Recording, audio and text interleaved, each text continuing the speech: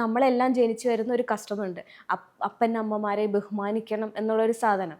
അതിപ്പോൾ എത്ര മോഡേൺ യുഗത്തിൽ ജീവിച്ചാലും അപ്പൻ എന്ന് പറയുമ്പോൾ നമുക്കൊരു പേടിയുണ്ടാവും. അല്ല, അവർക്കൊരു നമുക്ക് ജന്മം നൽകിയ ആൾക്കാരല്ലേ, ഒരു ബഹുമാനം വേണ്ടേ? അത് സ്വയം ബഹുമാനിക്കണോ വേണ്ടയോ എന്നുള്ള വ്യക്തി താല്പര്യമാണ്. മാതൃകയാണെങ്കിൽ ബഹുമാനിക്കും. അപ്പനായിരുന്നാലും അമ്മയായിരുന്നാലും അപ്പുറത്തെ വീട്ടിലെ കൊച്ചായിരുന്നാലും മാതൃകയാണെങ്കിൽ മാത്രമേ ബഹുമാനമുള്ളൂ.